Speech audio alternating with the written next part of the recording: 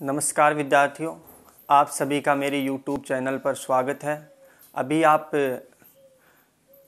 पढ़ेंगे nuclear shielding effect क्या होता है।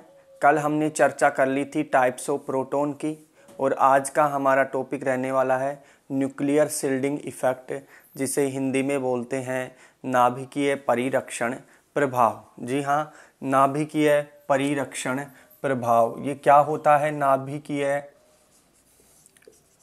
परिरक्षण प्रभाव?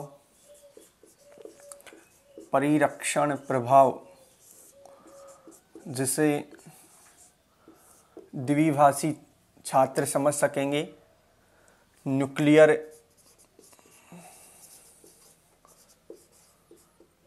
शील्डिंग इफेक्ट आज का हमारा टॉपिक रहने वाला है नाभिकीय परिरक्षण प्रभाव। आपके सिलेबस और एग्ज़ाम की दृष्टि से बहुत ही इम्पोर्टेंट टॉपिक है और इसको आप ध्यान से समझिएगा। देखिए, इसको समझने से पहले हम एक एग्जाम्पल के माध्यम से इस टॉपिक को क्लियर करेंगे कि न्यूक्लियर जो शील्डिंग इफेक्ट है वो क्या होता है। देखिए दोस्तों, जैसे ही यहाँ पे मैं एग्जाम्पल लिखता हूँ, यहाँ पे ये कार्बन है, क्योंकि हम बेसिकली एनएमआर स्पेक्ट्रोस्कोपी में ऑर्गेनिक कंपाउंडों की स्ट्रक्चर्स का एनालिसिस करते हैं। तो यहाँ पे देखिए कोई भी कार्बनिक कंपाउंड है, यहाँ पे मोस्टली रूप से कार्बन है, और इस कार्बन से जुड़ा हुआ है हमारे पास में हाइड्रोजन। हाइड्रोजन यहाँ पे प्रोटॉन के रूप में है। यदि यहाँ पे मैं बात करता हूँ इस प्रोटॉन की, तो प्रोटॉन का मतलब यहाँ पे देखिए, यदि मैं इसका न्यूक्लियस बनाता हूँ तो ये इसका न्यूक्लियस हो गया। इसमें क्या होंगे? प्रोटॉन और न्यूट्रॉन। ये हो गया इसका सिग्मा बॉन्ड है। इसमें क्या होंगे? जो इसमें उपस्थित इलेक्ट्रॉन है वो कैसे क्या कहलाएंगे? वही सिग्मा इलेक्ट्रॉन कहलाएंगे। अब देखिए, इसकी चर्चा यदि मैं करता हूँ तो देखिए इसके अंतर्गत किस प्रकार से यहाँ पे न्यूक्लियर शील्डिंग इफेक्ट लगता है। बेसिकली यदि मैं न्यूक्लियस की बात करता हूँ और एक तरफ मैं बात करता हूँ इलेक्ट्रॉन की, क्योंकि ये न्यूक्लियस है प्रोटॉन का और ये है सिग्मा बॉन्ड के इलेक्ट्रॉन। यदि मैं न्यूक्लियर की बात करता हूँ या न्यूक्लियस की बात करता हूँ तो ये गति दर्शाता है कौन सी? भाई न्यूक्लियर स्पिन मोशन। इस न्यूक्लियर स्पिन मोशन के कारण इसमें उत्पन्न होता है क्या भाई? Magnetic field. Magnetic field generate हो जाएगा।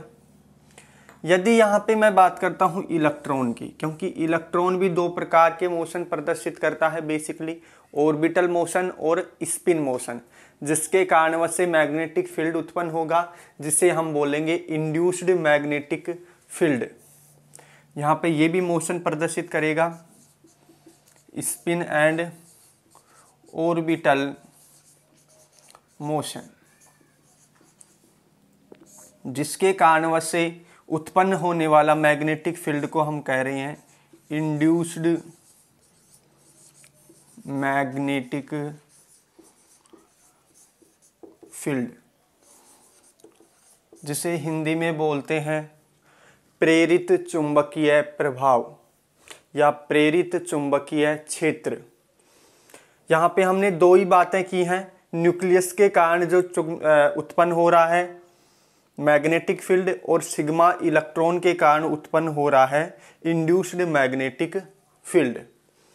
क्योंकि हम एग्जाम्पल के रूप में CH का ये बॉन्ड ले रहे हैं। यहाँ पे CH, यहाँ पे ऐसा कोई कार्बनिक कंपाउंड है जिसके अंतर्गत CH समूह यहाँ पे उपस्थित है, जिसमें सिग्मा इलेक्ट्रॉन है, और ये क्या है भाई?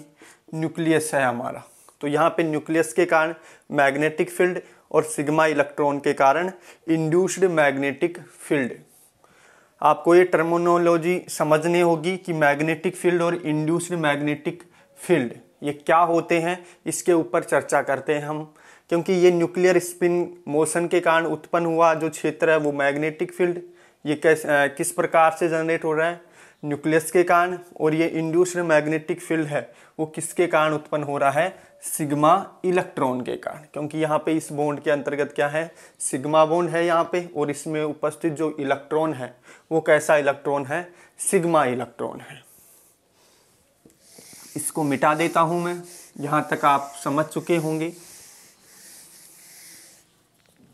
देखिए हमारा एग्जाम्पल था CH। यहाँ पे यदि मैं इस प्रोटॉन की बात करता हूं तो ये हमारा क्या है, न्यूक्लियस है। इसको मैं न्यूक्लियस बता देता हूं। इस न्यूक्लियस के स्पिन मोशन के कारण या न्यूक्लियर स्पिन मोशन के कारण हमें प्राप्त हो रहा था मैग्नेटिक फील्ड। इस मैग्नेटिक फील्ड को मैं जनरेट कर देता हूं इस प्रकार से। ये देखिए, ये इसकी डायरेक्शन हो गई इस न्यूक्लियस की, जबकि यहाँ पे उपस्थित है क्या भाई, ये न्यूक्लियस हो गया, इसके चारों ओर कौन चक्कर लगा रहे होंगे, इलेक्ट्रॉन चक्कर लगा रहे होंगे। मान लीजिए ये हमारा इलेक्ट्रॉन है, इस प्रकार से यहाँ पे मोशन कर रहा है, क्योंकि ये दोनों प्रकार के मोशन प्रदर्शित करता है, orbital motion and spin motion, जिसके कारणवश से हमें उत्पन्न क्या हो रहा था, इंड्यूस्ड मैग्नेटिक फील्ड जनरेट हो रहा था। तो ये इस प्रकार से भी मोशन कर रहा है यहाँ पे हमारा जो इलेक्ट्रॉन है, जिसके कारणवश से प्राप्त हो रहा है इंड्यूस्ड मैग्नेटिक फील्ड। यहाँ पे मैं जनरेट कर देता हूँ इस प्रकार से। इसी प्रकार से इधर की ओर मैं प्रदर्शित कर देता हूँ।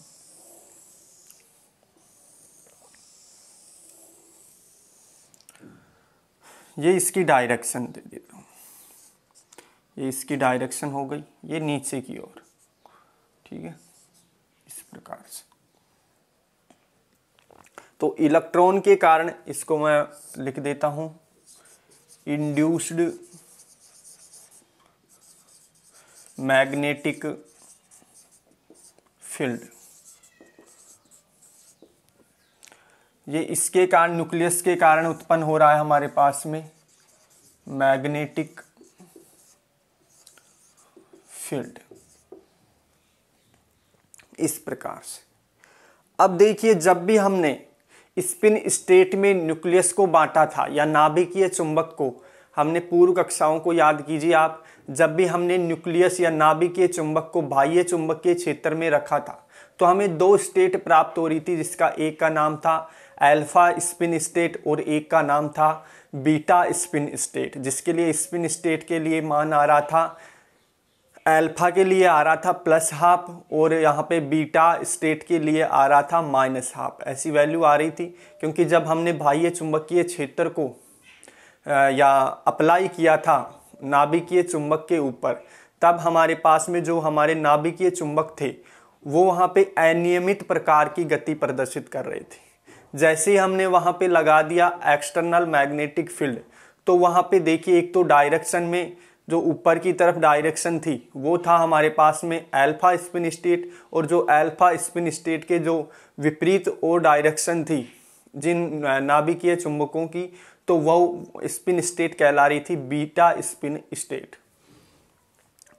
तो यहाँ पे भी मैं वही बात अप्लाई करने वाला हूँ। देखिए, यहाँ पे मैं लगाने वाला हूँ एक्सटर्नल मैग्नेटिक फील्ड।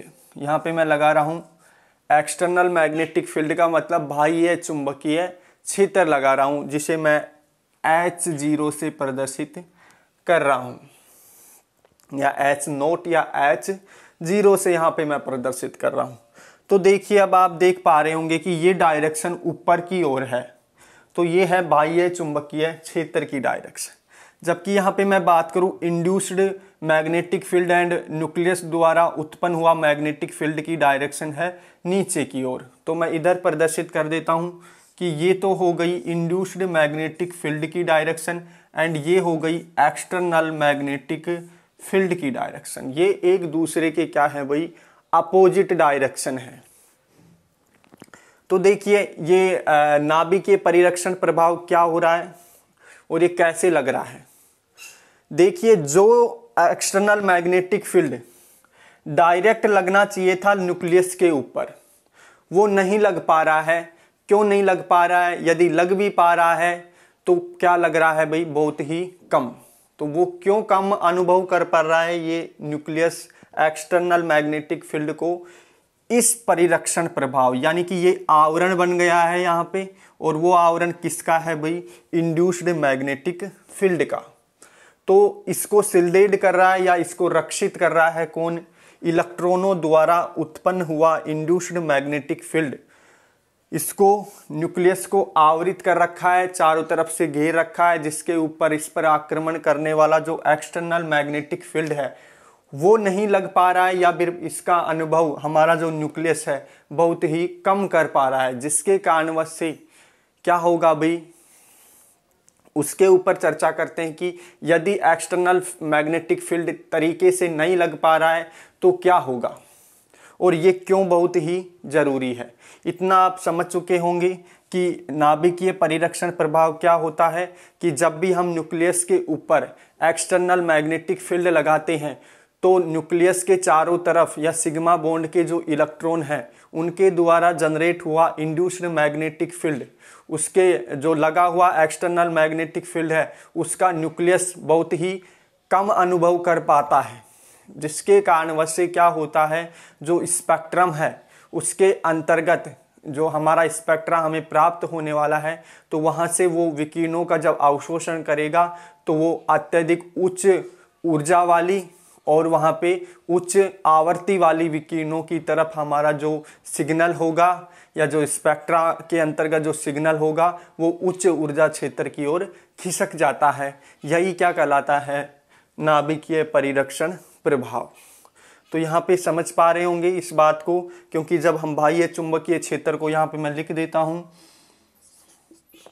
बाह्य चुंबकीय क्षेत्र, क्योंकि सीधी सी बात है, डायग्राम में आप समझ पा रहे हैं कि ये नीचे की ओर डायरेक्शन है और ये है जो इंड्यूस्ड मैग्नेटिक फील्ड है, ये इसको ऊपर की तरफ नहीं जाने दे रहा, इसको रोक रहा है ताकि ये इतना अनुभव इस क्षेत्र का नहीं कर पा रहा है। तो अब इसको क्या है, सिग्नल तो देना है, विकिरणों का अवशोषण तो करना है, लेकिन ऐसे क्षेत्र से करेगा क्योंकि ट्रांजिशन भी करना है और ट्रांजिशन के दौरान हमें सिग्नल भी प्राप्त होना है। तो ये किधर की ओर खिसकेगा? जहाँ पे एनर्जी अत्यधिक लगेगी, क्योंकि इसको अत्यधिक ऊर्जा की आवश्यकता चाहिए, क्योंकि यहाँ पे नाभिक क्या करने वाला है, ट्रांजिशन शो करने वाला है, जिसके वजह से ट्रांजिशन यदि होता है तो हमें सिग्नल प्राप्त होते हैं, जिससे हमें स्पेक्ट्रा प्राप्त होते हैं। यदि सपोज करिए एक्सटर्नल मैग्नेटिक फील्ड नहीं लगाते तो क्या परिणाम हो सकते थे, उसके ऊपर हम चर्चा करेंगे। आप इसका स्क्रीनशॉट ले सकते हैं। इसको मिटा देता हूं। यहाँ पे क्वेश्चन उठ रहा है कि यहाँ पे यदि हम एक्सटर्नल मैग्नेटिक फील्ड नहीं लगाते तो क्या हो सकता था, इसके ऊपर चर्चा करते हैं। हम यहाँ पे एक्सटर्नल मैग्नेटिक फील्ड को H0 से यहाँ पे प्रदर्शित कर रहे हैं। यदि हमारे पास में क्या है, जो नाभिक हैं, ये न्यूक्लियस है, ये क्या कर रहे हैं, यदि अनुपस्थिति है एक्सटर्नल मैग्नेटिक फील्ड की, तो यहाँ पे देखिए अनियमित प्रकार के क्या कर रहे हैं भाई, गति प्रदर्शित कर रहे हैं। ये यदि यहाँ पे उपस्थिति बात करूं तो क्या होगा, यहाँ पे दो स्टेट प्राप्त होंगी हमें, एक तो अल्फा स्पिन स्टेट और एक होगी हमारे पास में बीटा स्पिन स्टेट।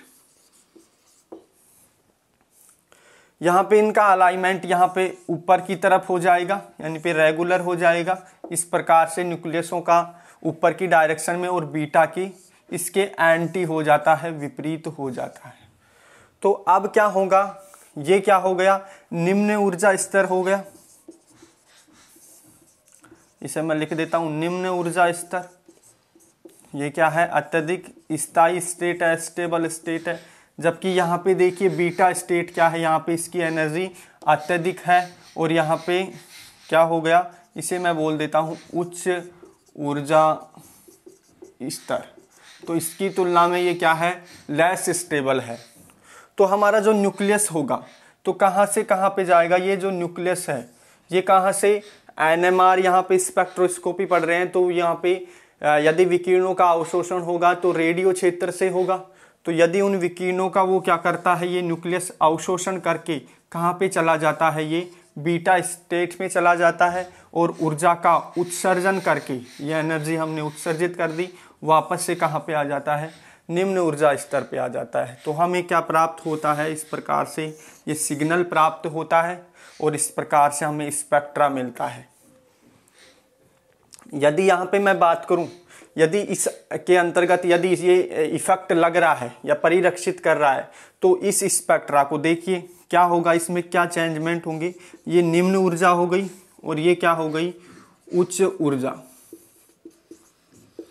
यदि यहाँ पे शिल्डिंग इफेक्ट कार्य कर रहा है या इलेक्ट्रॉनों द्वारा जो इंड्यूस्ड मैग्नेटिक फील्ड जनरेट हो रहा है वो उसको रोक पा रहा है एक्सटर्नल मैग्नेटिक फील्ड को, तो इस सिग्नल प्राप्त होने में, सिग्नल तो प्राप्त होगा लेकिन कहाँ पे होगा, ये किधर खिसक जाएगा, जहाँ पे ऊर्जा का मान क्या होगा, ज़्यादा होगा, या फिर जहाँ पे फ्रिक्वेंसी ज़्यादा होगी। तो मैं इसको इस प्रकार से प्रदर्शित कर देता हूँ कि ये जो अब हमें निम्न ऊर्जा स्तर की ओर प्राप्त हो रहा था, तो मान लीजिए ये हमारे पास में क्या है, उच्च ऊर्जा क्षेत्र है, तो ये किधर खिसक जाएगा, इधर की ओर खिसक जाएगा। ये कंडीशन कब थी, जब हमने क्या नहीं लगाया था, या बाह्य चुंबकीय क्षेत्र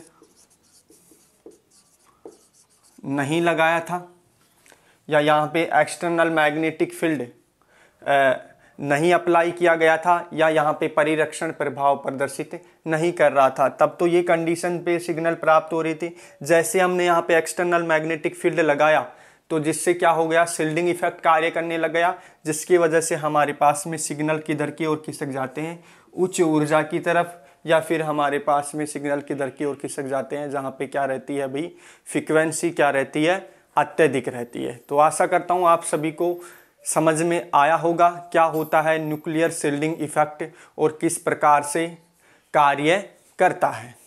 थैंक यू।